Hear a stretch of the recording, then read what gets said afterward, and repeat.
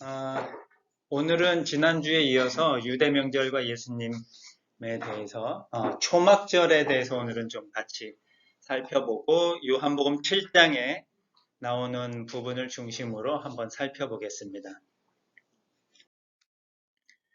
7장 1절에서 2절에 보면 그 후 예수님은 갈릴리 지방에서만 다니시고 유다 지방에선 다니고 싶어 하지 않으셨다. 이것은 유대인들이 자기를 죽이려고 했기 때문이었다. 마침 유대인들의 명절인 초막절이 가까워지자 라고 이제 초막절이라고 하는 유대 절기가 이제 소개가 되고 있습니다. 지난주에는 저희가 유월절하고 그다음에 77절 또는 오순절에 대해서 저희가 살펴봤었는데 오늘은 그 초막절에 대해서 한번 살펴보겠습니다. 초막절은 유대 절기에 세 개의 중요한 절기가 있는데 유월절, 77절, 그 다음에 초막절 이렇게 되어 있는데 이 초막절에 대해서는 사실 저희가 많이 그렇게 접하지는 않았어요. 대체로 가장 많이 접한 게 이제 유월절하고 77절이라고 하는 오순절 그 두 개에 대해서는 좀 많이 알고 많이 접하고 또 성경에도 많이 나와 있는데 근데 초막절에 대해서는 뭐 그다지 많이 기록이 되어 있지 않고 또 많이 연결되어 있지도 않아요. 다른 복음서에서도 뭐 그렇게 많이 나와 있지는 않고 근데 요한복음에 이제 7장에 보니까 이제 초막절이라는 절기에 예수님이 이제 예루살렘에 올라가서 행하시는 일을 이제 기록을 하고 있습니다. 아시겠지만 6월절, 77절, 초막절 요 세 절기는 유대 절기 중에서 가장 큰 절기 중에 하나고 하나님이 이스라엘 백성들한테 이렇게 명령을 하셨어요. 요 세 절기 때는 지정된 예배처에 나와서 여호와께 예배를 드려야 합니다라고 말씀을 하셨어요. 그 말인즉슨 하나님께서 요 지정된 새 절기에는 지정된 예배처에 나오면 내가 너희를 만나주겠다라는 그런 약속이시거든요. 그래서 이스라엘의 모든 남자들은 이 세 번의 절기에는 그 지정된 예배처, 뭐 모세 때는 틀리지만 이스라엘 이제 성전이 세워졌을 때는 성전이 그 예배처가 되는 거죠. 그래서 그 성전으로 1년에 세 번은 와야 되는 게 일종의 의무였던 거죠. 그래서 6월절, 77절과 마찬가지로 이 초막절에도 예수님이 이제 올라가셔야 되는 그런 상황이었던 겁니다. 그래서 그 올라간다는 얘기는 그곳에서 하나님을 만날 수 있다. 하나님의 함께하는 시간을 가질 수 있다라는 그런 생각들을 가지고 있는 겁니다. 그 초막절에 대해서 이제 몇 군데에서 나오고 있는데요. 뭐 출애굽기에도 나오고 레위기에도 나오고 신명기, 민수기 다 나와 있는데 레위기 23장에 나와 있는 말씀입니다. 7월 15일부터 7일 동안은 너희가 여호와 앞에서 지켜야 할 초막절이다. 유대 이스라엘 달력으로 7월 15일이라고 날짜를 딱 가르쳐 주세요. 6월절은 1월 15일이었잖아요. 그래서 요 시간을 따져보면 정확하게 6개월의 시간 차이가 나는 거예요. 그래서 그런데 이 7일 동안 초막절을 지키고 8일째 되는 날에도 거룩한 모임을 갖고 이것은 내가 너희를 이집트에서 인도해 내던 때에 너희를 초막에서 살게 하던 일을 너희 후손들에게 대대로 상기시켜 주기 위해서이다. 이렇게 초막절의 이유를, 의미를 가르쳐 주고 있어요. 이집트에서 인도해 내던 때에 광야 땅에서 초막에 살게 하던 일을 후손 대대로 상기시켜 주기 위해서이다라고 이렇게 기록을 하고 있습니다. 근데 사실 이렇게 후손 대대로 상기시켜 줬어야 되는데 유대하고 이스라엘이 망하고 약 70년 동안은 이런 부분이 다 없어진 거예요. 왜냐면 제대로 이렇게 포로 생활 중이었으니까 제대로 유지가 안 됐었는데 포로 귀환을 하고 70년 이후에 이스라엘 땅으로 돌아왔을 때 그때 에스라가 율법책을 읽을 때 이런 초막절을 지키라라는 그런 구절이 나오는 것을 보면서 사람들이 우리가 초막절을 지켜야 됐구나라는 것을 깨달으면서 초막절을 지켜야 될 정도로 사실 이렇게 제대로 잘 전해지지 않았던 때들도 있었던 것 같아요. 그리고 나서 포로로 돌아온 이후부터는 열심히 그런 초막절을 지켜와서 예수님 당시에까지도 열심히 지켜왔고, 그래서 예수님이 초막절이 되었을 때 이제 올라가야 되는 그런 상황이었던 겁니다. 그래서 초막절의 의미에 대해서 간단하게 좀 한번 살펴볼 텐데, 두 가지의 의미를 가지고 있어요. 하나는 좀 전에 말씀에 나온 것처럼 광야에서 초막을 짓고 살았던 거를 이제 기념하는 그런 뜻이 있습니다. 그래서 초막을 짓고 일주일 동안 살아야 됐어요. 그 초막을 지어놓고. 근데 이 초막은 뭐 벽보다도 위에 천장을 이제 나뭇가지 같은 걸로 이렇게 가려요. 그래서 누워 있으면 밤에 뭐 별이 보일 수 있을 정도로. 그런데 이 초막하면 이스라엘 백성들이 광야에서 살았던 모습인데 이 그림 사진을 보면 가운데 성막을 중심으로 지파들이 이렇게 나누어서 천막을 치고, 그러니까 초막, 뭐 장막, 천막, 뭐 다 비슷비슷한 말인데 이렇게 다 대여를 잘 갖춰서 이렇게 초막을 짓고 살았거든요. 그래서 이 초막을 짓고 살았다라는 그 의미를 통해서 대표적으로 초막의 큰 의미가 성막이거든요. 하나님이 성막을 지으라고 알려줬기 때문에. 그리고 이 성막은 하나님이 거하시는 장소였고, 이스라엘 백성들이 광야 땅에 있을 때는 하나님이 이 이스라엘 백성들을 낮에는 구름 기둥과 밤에는 불 기둥으로 이렇게 지켜주셨어요. 그래서 하나님이 이 성막에 항상 임재하고 계셨기 때문에 이 초막을 생각할 때마다 이스라엘 백성들이 무엇을 또 생각을 하게 되냐면 하나님께서 우리 가운데 함께 임재하시고 우리와 함께 거하셨구나라는 그런 생각을 할 수가 있는 거거든요. 그래서 광야 초막 생활을 기념하는 거에서부터 나중에 이 의미가 어떻게 또 연결이 되냐면 하나님이 우리와 함께 임재하신다 해서 메시아가 우리한테 이제 오시겠구나라는 그런 생각들을 자연스럽게 이스라엘 백성들이 갖게 된 거예요. 그래서 나중에 좀 이따 다루겠지만 이 초막절에 사람들이 메시아가 누구인지 언제 올지 메시아에 대해서 많이 얘기를 해요. 6월절이나 7.7절보다도. 그래서 이런 초막을 생각하면서 하나님이 우리에게 함께 하시는구나, 임재하시는구나 라는 그런 생각들을 하게 됩니다. 요한복음 1장 14절에 보면은 말씀 되시는 그리스도께서 사람이 되어 우리 가운데 사셨다 또는 거하셨다 이렇게 되어 있어요. 옛날 저희 개역개정 버전으로는 뭐 거기 이제 요 사셨다 우리나라 번역으로는 이제 사셨다 거하셨다라고 번역이 되어 있는데 근데 원어나 이제 영어 성경도 뭐 다 그렇게는 안 돼 있지만 제가 이제 이 타버너클이라는 것을 좀 강조를 하려고 그 YLT라는 YLT라는 버전이 있어요. 영어 버전. 거기에 이제 타버너클이라는 영어를 이제 동사형으로 썼어요. 그게 어떤 의미를 가져오려고 하냐면 타버너클이 그 성막이라는 뜻이거든요. 그래서 말씀이 우리 가운데 거하셨다라고 할 때 그 거하셨다라는 의미를 좀 우리가 좀 되새겨 보려고 제가 요 번역본을 찾은 거고요.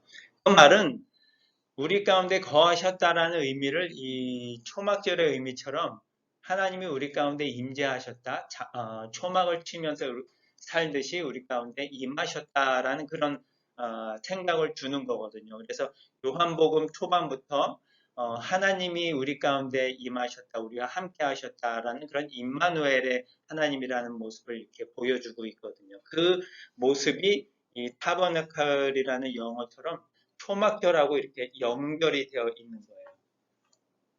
그리고 계시록 21장에도 보면 하나님의 장막이 사람들과 함께 있음에 하나님이 그들과 함께 계시리니 라고 하면서 그 초막절의 의미를 조금 이렇게 보여주고 있는 거거든요. 그래서 장막이라는 의미를 생각할 때 광야 생활을 생각하면서 그 광야 생활 동안 하나님이 우리와 함께 하셨지라는 생각이랑 연결이 되고 그게 더 나아가서 미래적으로는 메시아가 와서 우리와 함께 하실 거야 라는 그런 생각까지 연결이 되는 거예요. 그래서 초막절에 당연히 이스라엘 백성들은 언제 메시아가 오시지? 언제 메시아가 와서 우리와 함께 하실까라는 생각을 할 수밖에 없는 거예요. 그래서 7장하고 8장에 보면은 사람들이 예루살렘 성전에 모여서 예수님이 어디 계시지? 그리스도인가? 예수님이? 그리스도가 언제 오시지? 라는 그런 메시아에 대한 얘기만 쫙 할 수밖에 없어요. 그래서 요한복음 7장 11절, 12절 또 뭐 41절 이렇게 보면 그 초막절 명절이 되자 유대인 지도자들은 예수님이 어디 있냐고 물으며 찾아다녔어요. 그리고 군중들 가운데서 쑥덕거리는 소리가 많이 들렸고 어떤 사람은 그는 좋은 사람이다 하였고 또 어떤 사람은 아니야 그는 백성을 속이고 있어 라고 하였다. 또 41절에 보면 또 이분은 그리스도이다 하고 말하는 사람도 있었으며 또 어떤 사람은 그리스도가 어떻게 갈릴리에서 나올 수 있겠느냐 라고 이 초막절의 메인 그 이슈는 메시아, 그리스도, 그리고 예수님이었어요. 우리가 명절 때, 뭐 설날이나 추석 때 명절에 내려가면 그때마다 많은 가족들이 모일 때마다 얘기할 때 주된 이슈들이 다 있잖아요. 뭐 주로 정치적인 얘기 남자들은 많이 하고. 하여튼 그런 이슈들이 있는 것처럼 이스라엘 전역에 흩어져 있던 이스라엘 백성들이 이 명절을 지키기 위해서 성전에 올라왔을 때 남자들도 당연히 뭐 여러 가지 얘기를 하겠죠. 그 중에 이 초막절인 가운데에는 당연히 메시아에 대해서 사람들이 많이 얘기를 하게 된다는 거거든요. 왜냐면 초막절의 그 주제가 메시아가 언제 오시느냐라는 그런 거하고 연결되어 있기 때문에 이렇게 얘기를 합니다. 그래서 메시아에 대한 기대들이 한층 더 많이 고조되어 있고 더 많이 사람들이 얘기를 하게 되는데 유난히도 그 해에는 예수님이라는 분이 여러 가지 기적을 행하면서 활동을 하고 있는데 보니까 메시아의 모습이랑 비슷한 점이 너무 많은 거예요. 모세와 같은 선지자를 보내주겠다고 했고 세례 요한이 와서 또 예수님에 대해서 하나님의 어린 양이다. 하나님의 아들이다. 라고 증거하는 그런 모습들을 통해서 사람들이 혹시 예수님이 그리스도일까라는 그런 생각들을 많이 가지게 돼 있었는데 명절이 되었을 때 사람들이 예수님이 혹시 또 이 성전에 올라오셨나 예루살렘에 왜냐면 6월절 지난 이후로 6개월 동안 예수님의 모습이 예루살렘에서 안 보였거든요. 왜냐면 갈릴리 지역에서만 활동을 하셨고 하지만 사람들은 다 소문을 듣죠. 갈릴리에서 어떤 일을 하셨다는지를. 왜냐면 예루살렘에서 하셨던 소문을 갈릴리에 있던 사람들도 다 듣고 그 소문을 잘 듣고 알았던 것처럼 성전에 있던 유대인 지도자들도 그런 소문들을 잘 알았고 아마 6월절처럼 명절이니까 당연히 모든 유대 이스라엘 사람들은 올라와야 되니까 아마 예수님도 올라왔겠지 하고 하면서 막 찾고 있었던 거거든요. 그런데 이런 메시아에 대한 생각들이 사실 예수님이 이제 보여주려고 하는 메시아에 대한 생각하고는 사실 많은 틀린 점들이 있었던 거예요. 그 대표적으로 이제 예수님의 동생들이 있는데 7장 3절에서 5절에 보면 예수님의 동생들이 예수님에게 이렇게 말씀을 하였어요. 여기를 떠나 유대로 가십시오. 그래서 형님이 하시는 일을 제자들도 보게 하십시오. 세상에 알려지기를 바라는 사람치고 자기가 하는 일을 숨기는 사람은 없습니다. 이왕 이런 일을 하실 바에는 형님 자신을 세상에 나타내십시오. 이렇게 동생들이 말한 이유는 아직 이 동생들조차도 예수님의 친형제인 이 동생들도 예수님을 제대로 믿지 못하고 있었던 거죠. 그냥 어떤 정치적인 메시아가 돼서 그 당시 로마의 압제 가운데 있었을 때 어떻게 하면 이스라엘을 독립해서 우리가 이스라엘의 왕을 모시고 이스라엘 나라를 우리가 세워서 살 수 있을까? 라는 그런 생각들을 하게 된 거죠. 마치 우리나라가 일제시대에 있었을 때 독립밖엔 생각이 안 나잖아요. 누군가 와서 이 나라를 독립해주면 좋겠다라는 그런 생각을 갖고 있었던 것처럼 이 이스라엘 백성들도 메시아가 오는데 그 메시아는 당연히 정치적인 메시아, 로마를 물리치고 이스라엘을 세울 그런 왕으로 오신 메시아를 생각을 하고 있었기 때문에 어떻게 보면 세상에 좀 알려지는 것도 좋고 그렇게 되면은 형제인 자기들도 한 자리 할 수 있고만 그런 여러 가지 생각들을 하게 되는 거죠. 그리고 또 한 가지는 이제 메시아에 대한 또 한 가지 이유를 저희가 오해를 또 보는데 27절부터 보면은 그러나 그리스도가 오실 때는 어디서 오실지 아무도 모른다고 했는데 우리는 이 사람이 난 곳을 알고 있지 않을까. 왜냐하면 메시아에 대한 생각들을 다들 하고 있기 때문에 구약에 대한 연구들을 많이 했어요. 그래서 메시아가 어디 출신이라는 것을 알아요. 베들레헴 출신이라는 걸 알죠. 그런데 예수님은 베들레헴에서 태어나셨지만 표면적으로 알려지기는 나사렛 출신의 예수님이라고 알려져 있거든요.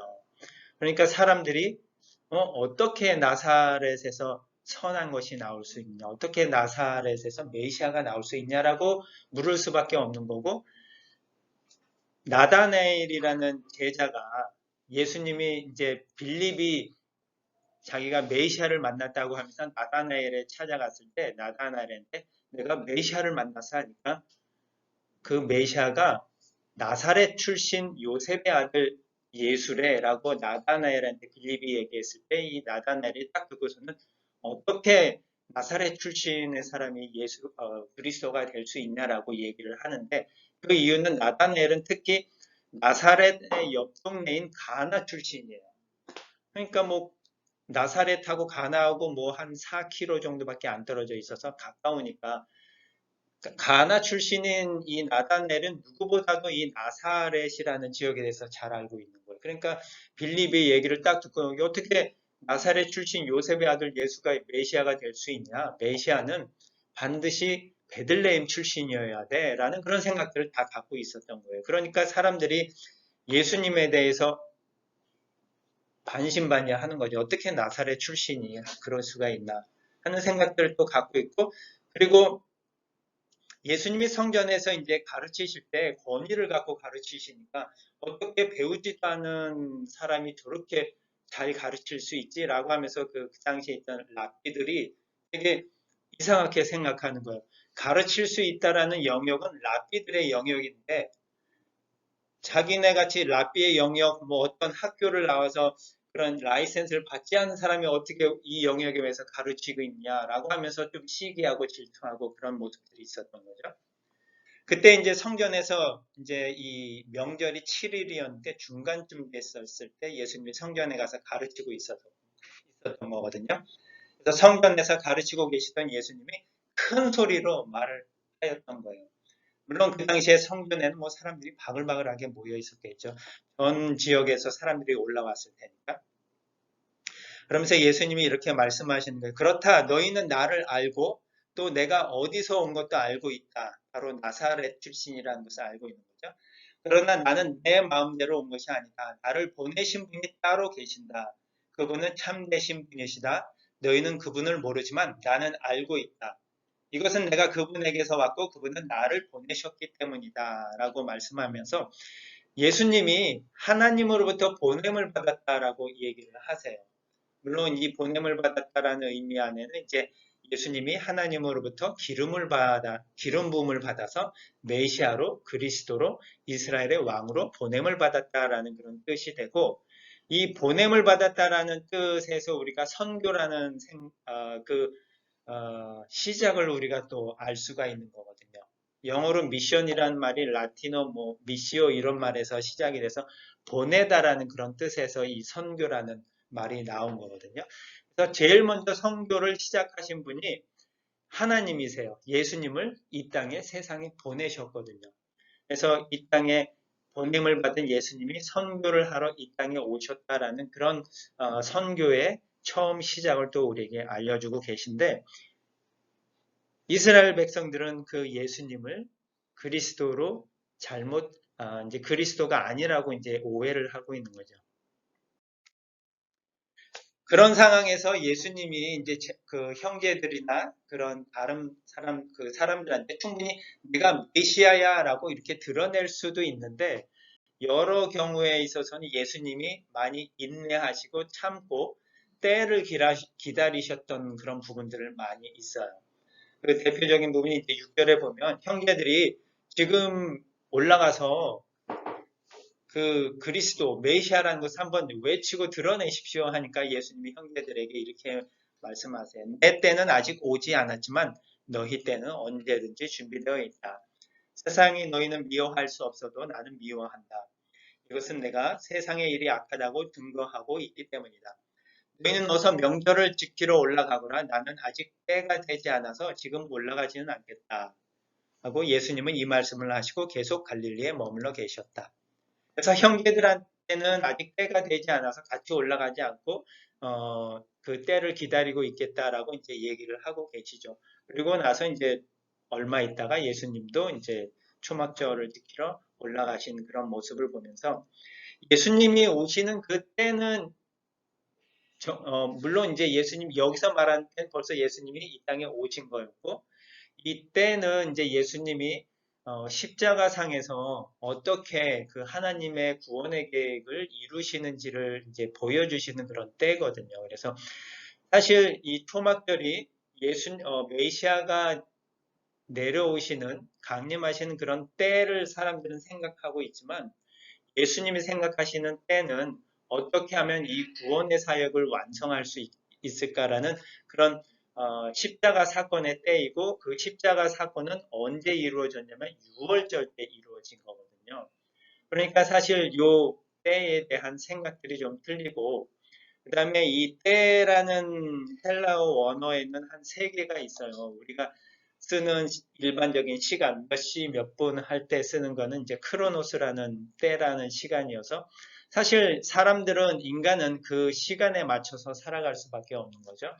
하지만 요 때라는 얘기는 이제 호라나 카이로스라는 그런 다른 원어가 있는데 어떤 일이 시작돼야 될 그 시점, 어떤 일이 아니면 이루어져야 할 때 그런 시점 같은 걸 말할 때는 그런 때라는 말을 사용을 하거든요. 그래서 하나님이 생각하는 시간하고 우리가 생각하는 시간은 틀릴 수밖에 없는데 우리는 유한적인 시간밖에는 때를 구분할 수가 없는 거죠. 그래서 우리는 또 시간에 쫓기고 있는 거고 항상 듀데이트가 있고 시간이 지나가면 오지 않는 거고 그러니까 우리가 생각하는 시간을 속에서 우리는 유한한 존재이기 때문에 항상 쫓기고 그래서 인내하기가 참 어려워요. 어느 때까지 이런 일이 이루어져야 되고 그렇기 때문에 막 쫓기는 듯이 살다 보니까 분명히 하나님이 이루어 주실 거라는 그거를 알지만 쫓기는 모습 속에서는 뭐 조급할 수밖에 없고 조바심이 있고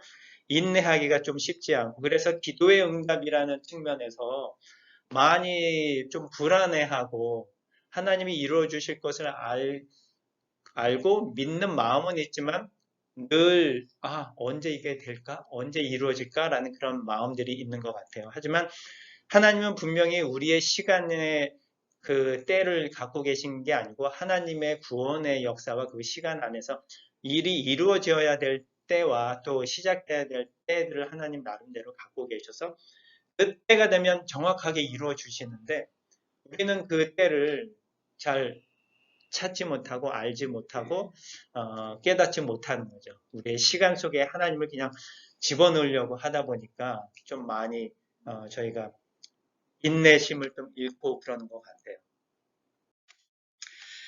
그래서 이제 이 메시아로 오신 그리스도 하나님 대신 예수님이 그 메시아는 어떤 부분을 갖고 있는지에 대해서 이제 요한복음 부분에서 조금 나눠주고 계세요. 물론 요한 7장 후반부하고 8장에서 메시아가 어떤 부분을 성취하러 오셨다라는 부분을 이제 나타내주고 있는데 그 부분은 이제 다음 시간에 나눠보겠고요. 그 중간 부분까지 이루어져 있는 부분을 한번 볼 텐데 16절에 보면 그때 예수님이 이렇게 말씀하셨다.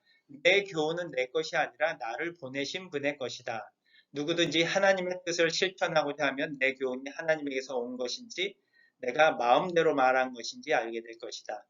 자기 마음대로 말하는 사람은 자신의 영광만을 추구하지만 자기를 보내신 분의 영광을 위해 일하는 사람은 진실한 사람이다. 그런 사람에게는 거짓이 있을 수 없다. 라고 말씀하시면서 메시아로 오신 그리스도는 하나님의 뜻을 성취하고 이루고자 오셨다고 하는 부분을 이제 말씀을 해줍니다. 그 당시에 있는 이스라엘 사람들은 메시아를 통해서 자기들이 독립을 쟁취하고 이스라엘의 나라를 우리가 세웠으면 좋겠다 하는 생각을 하지만 예수님은 나름대로 그 뜻을 실천하고자 오셨다는 그런 부분들을 이제 우리에게 보여주고 계시는 겁니다.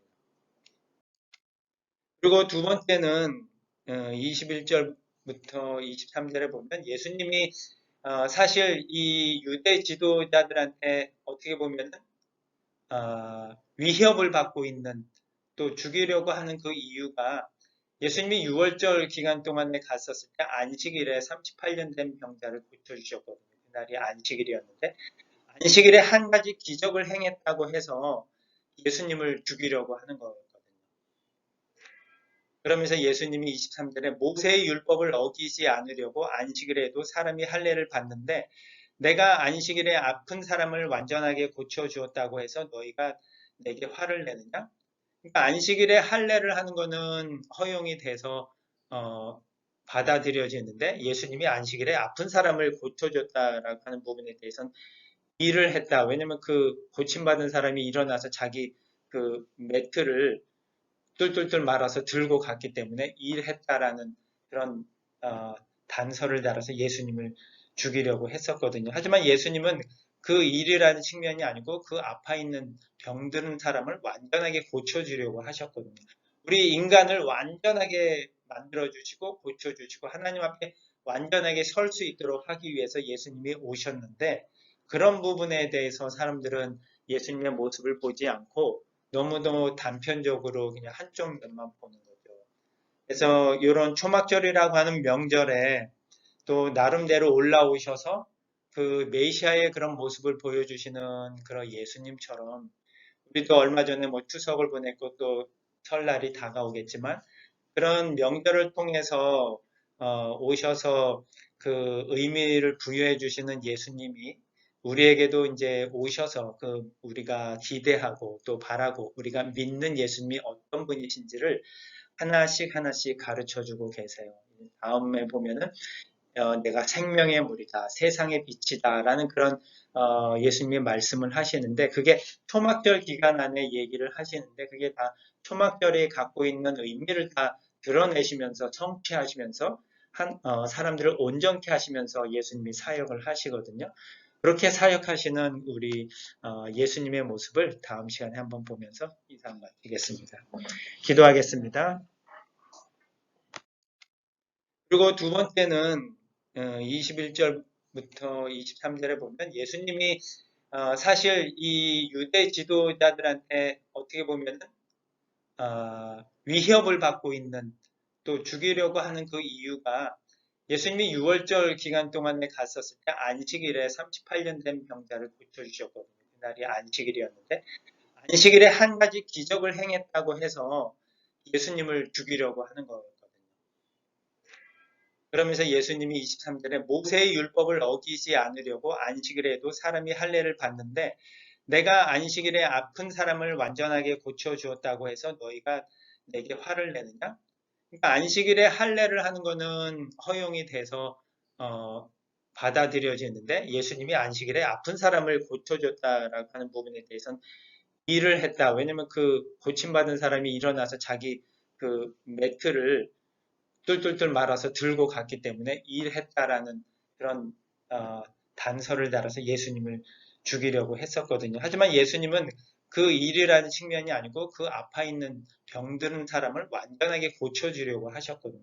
우리 인간을 완전하게 만들어주시고 고쳐주시고 하나님 앞에 완전하게 설 수 있도록 하기 위해서 예수님이 오셨는데 그런 부분에 대해서 사람들은 예수님의 모습을 보지 않고 너무너무 단편적으로 그냥 한쪽 면만 보는 거죠. 그래서 이런 초막절이라고 하는 명절에 또 나름대로 올라오셔서 그 메시아의 그런 모습을 보여주시는 그런 예수님처럼 우리도 얼마 전에 뭐 추석을 보냈고 또 설날이 다가오겠지만 그런 명절을 통해서 오셔서 그 의미를 부여해 주시는 예수님이 우리에게도 이제 오셔서 그 우리가 기대하고 또 바라고 우리가 믿는 예수님이 어떤 분이신지를 하나씩 하나씩 가르쳐 주고 계세요. 다음에 보면은 내가 생명의 물이다, 세상의 빛이다라는 그런 예수님이 말씀을 하시는데 그게 초막절 기간 안에 얘기를 하시는데 그게 다 초막절이 갖고 있는 의미를 다 드러내시면서 성취하시면서 사람들을 온전케 하시면서 예수님이 사역을 하시거든요. 그렇게 사역하시는 우리 예수님의 모습을 다음 시간에 한번 보면서 인사 마치겠습니다. 기도하겠습니다.